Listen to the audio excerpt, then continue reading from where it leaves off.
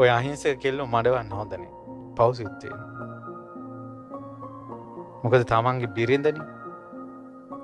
ලෝකේ හොඳම බිරිඳ තමන්ගේ බිරිඳනේ. ඒකේ මැඩ වෙනවට කැමති වෙන්න හොඳ නෑනේ. තමන්ගේ නෝනානේ තමන්ගේ නෝනට අකුරු දෙකේ නරක වචනේ කියලා බයින්න හොඳ නෑනේ.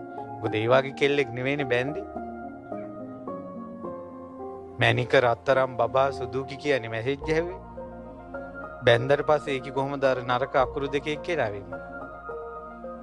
ඒ නිසා තමන්ගේ ගෑනිට එහෙම බයින්න හොඳ නෑ. පව් සිද්ධ වෙනවා. දන්නේ නැතුණට පිරිමි නොදැන කරන පව්.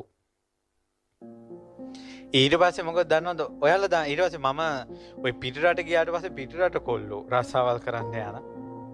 මට ගොඩක් මුණ ගැහිලා තියෙනවා. හරියට කෙල්ලෝ මේ ෆෝන් වලින් සෙට් වෙලා සල්ලි ගන්න.